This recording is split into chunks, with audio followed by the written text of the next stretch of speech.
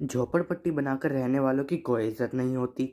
ऐसे लोग अपनी झोपड़ी कहीं पर भी बना देते हैं, फिर सरकार उन्हें भगा देती है तो वो दूसरी जगह पर जाकर अपना व्यापन करने लगते हैं जीवन। ऐसी ही एक झोपड़पट्टी में मीरा नाम की लड़की रहती थी। अरे माँ, वो देखो ट्रेन जा रही है। ट्रेन ट्रेन में बैठने के सपने भी मत देखना। हम लोग भीख मांगते हैं। ट्रेन में सफ़र तो कहाँ ही करेंगे। अरे माँ, ट्रेन में बैठना कौन सी बड़ी बात है। झोपड़पट्टी के तो बहुत सारे लोग ट्रेन में दिन में इधर से उधर जाते रहते हैं। अरे बेटा मेरा, वे लोग बिना टिकट के ट्रैवल करते हैं। लेकिन हम ऐसा कोई काम नहीं करेंगे जिससे जेल जाना पड़े। हम लोग भीख ज़रूर मांगते हैं, लेकिन हम गलत काम कभी नहीं करेंगे। उन लोगों ने अपने जहाँ पर झोपड़ी बना रखी थी वहीं पास से एक ट्रेन भी गुजरा करती थी। उसी ट्रेन के ट्रैक पर वे दोनों शौच करने जाते थे। थोड़ी ही दूर दूसरी झुग्गी झोपड़ियाँ थी जहाँ पर पप्पू नाम का लड़का रहता था। एक दिन वो अपने पप्पा से कहता है, अरे पप्पा जरा सुनो तो, इधर आओ। अरे मेरे को पता है यही ना कि आज तुम्हें भीख में कुछ नहीं मिला। अरे नहीं पप्पा, मैं तो कह रहा हूँ अब हमारी शादी क्यों नहीं कर देते, अब हम बड़े हो गए हैं। वैसे भी भीख मांग के इतना पैसा कमा लिया है। अरे भीख का पैसा ब्याह में क्यों खर्च करना। अरे पप्पा प्लीज़ हमारी बात मानो, हमारी शादी कर दो। बहुत पैसा कमा लिया है हमने भीख मांग मांग के। हर रोज़ पप्पू सुबह सुबह रेल की पटरी पर शौच करने बहुत दूर तक निकल जाता था। तो एक दिन सुबह पप्पू के पप्पा ने उसका पीछा किया कि आज देखता हूँ कि ये पप्पू इतनी दूर तक शौच करने क्यों चला जाता है। और उसने वहाँ पर जाकर दूर से देखा कि उसका बेटा पप्पू एक मीरा नाम की लड़की से मिलता है। तब उसको समझ आता है कि उसके पप्पू के पेट में शादी के कीड़े क्यों उछल रहे थे। पप्पू मीरा से बात करता है और कहता है, अरे मीरा अब हमें शादी कर लेनी चाहिए। मैं नहीं चाहता सरकार तुम्हारी झुग्गियाँ हटवा दे और तुम कहीं और चली जाओ। उससे पहले तुम शादी करके मेरे घर आ जाओ। तो मीरा पप्पू को कहती है। अरे पप्पू, अब जो करना है तुझे ही करना है।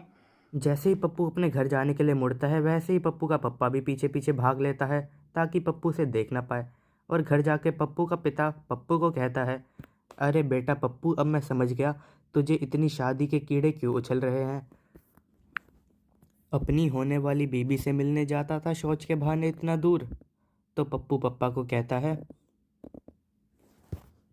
अरे पप्पा आप तो अंतर्यामी निकले। अब जब आपको सब पता ही लग गया है तो फटाफट चलिए मीरा के घर चलते हैं और हमारी शादी की बात करते हैं।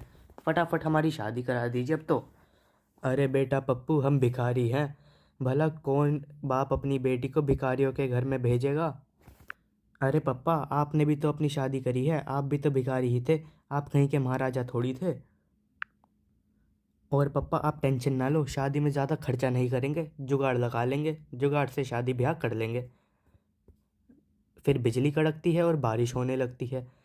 उनकी झोपड़ी टपकने लगती है तो पप्पू के पिता कहते हैं, इस टपकती हुई झोपड़ी में लाओगे अपनी बहू को। अरे पप्पा आप सवाल जवाब बहुत करते हो, फटाफट मीरा के घर चलो और हमारी शादी की बात करो। और फिर अगले ही दिन पप्पू और उसका पिता दोनों मीरा के घर शादी की बात करने चले जाते हैं और अगले ही दिन दोनों की शादी हो जाती है। अरे मेरी मीरा आज हमारी सुहाग रात है, इतना शर्माती रहोगी तो कैसे काम चलेगा। अरे मेरे पप्पू, शर्म तो हर लड़की का गहना होता है। वैसे भी तुम देखो ना, इस झोपड़ी में कितने छेद हैं। पानी टपके ही जा रहा है। बरसात के मौसम की वजह से झमाझम बारिश होती रही, बिजली कड़कती रही और देखते ही देखते झोपड़ी में पानी भरने लगा। और इतना ज़्यादा पानी भर गया कि झोपड़ी की छत ही पानी में बह गई। अब इनकी झोपड़ी में से बारिश का पानी भर चुका था और छत बह चुकी थी। अब इनके पप्पा भी नहीं मिल रहे थे। अरे यार मीरा पप्पा कहाँ गए, कहीं बारिश में बह तो नहीं गए। और देखते ही देखते पप्पा भी घर आ गए। अरे बेटा पप्पू मीरा हमारे झोपड़ी की तो छत उतर गई, अब तो हमारे पास छत भी नहीं है। हाँ पप्पा जी, हमारे पास तो छत नहीं है, अब क्या करें। अरे मीरा हमें कहीं ना कहीं इतनी बारिश में अपनी छत ढूंढनी पड़ेगी, अब तो तिरपाल भी नहीं है, कहीं तुम्हें बुखार ना आ जाए। तभी पप्पू के पिता को एक ट्रेन का डब्बा नजर आता है। अरे पप्पू वो देखो ट्रेन का डब्बा, वो कई सालों से बंद पड़ा है। मैं तो कहता हूँ अपना सारा सामान उठाओ वहीं पर चले जाते हैं। तो मीरा कहती है, अरे पप्पा जी, आपने बिल्कुल ठीक बात करी। जब हम छोटे थे उसी ट्रेन के डब्बे में छुपन छुपाई खेला करते थे। इस बारिश की वजह से तो हमारी सुहाग रात भी अधूरी रह गई है। अरे मीरा कैसी बातें कर रही हो अपनी ससुर के सामने। अरे मेरे पप्पू, मेरे को इतनी बारिश में कुछ समझ नहीं आ रहा है। चलो फटाफट डब्बे में चलते हैं ट्रेन के। अब रात हो चुकी थी। मीरा और पप्पू और उसके पापा अब ट्रेन के डब्बे में आ चुके थे। अब उन्हें बारिश से थोड़ी राहत मिली क्योंकि ट्रेन लोहे की थी, तो पानी का आने का जवाब ही नहीं उठता। अरे पप्पा, हमारी झोपड़ी बह गई, लेकिन हम सारा सामान ले आए थे। हम आपका भी सामान ले आए थे, चिंता ना करो आप। अरे बेटा मीरा और पप्पू, तुम दोनों यहाँ आराम करो, मैं दूसरी सीटों पे जाता हूँ आगे की ओर। कई दिनों तक बारिश लगातार चलती रही, तो मीरा कहती है, अरे मेरे पप्पू और ससुर जी, हमें कभी ना कभी तो वहाँ झोपड़ियों से भी पुलिस वालों ने भगा ही देना था।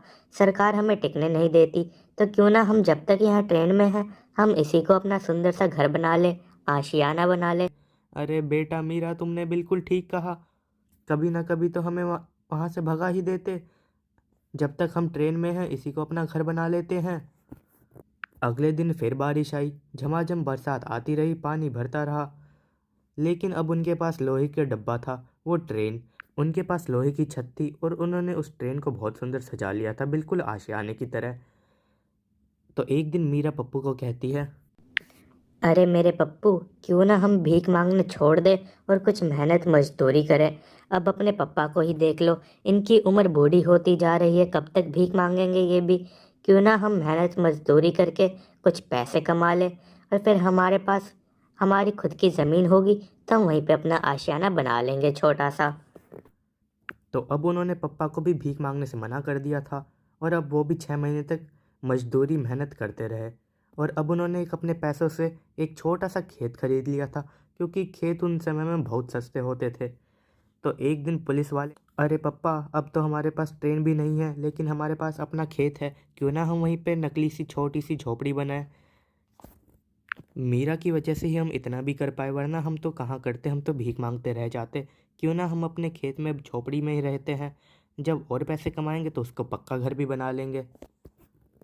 और उन्होंने अपने खेत में एक छोटी सी झोपड़ी बना ली। कुछ समय तक वो मेहनत मजदूरी करते रहे। अब उन्होंने पक्का घर भी बना लिया था छोटा सा। और वो झुग्गी झोपड़ियों में जाकर सीख देते रहते कि भीख मत मांगो, मेहनत मजदूरी करो, और हमारी तरह तुम भी छोटा सा खेत खरीद के झोपड़ी बनाओ उसी में। कम से कम तुम्हारे पास खुद की तो जगह होगी। वो लोगों को मोटिवेट करते रहते थे, जिससे कई लोगों की ज़िंदगियाँ बदल गई थी।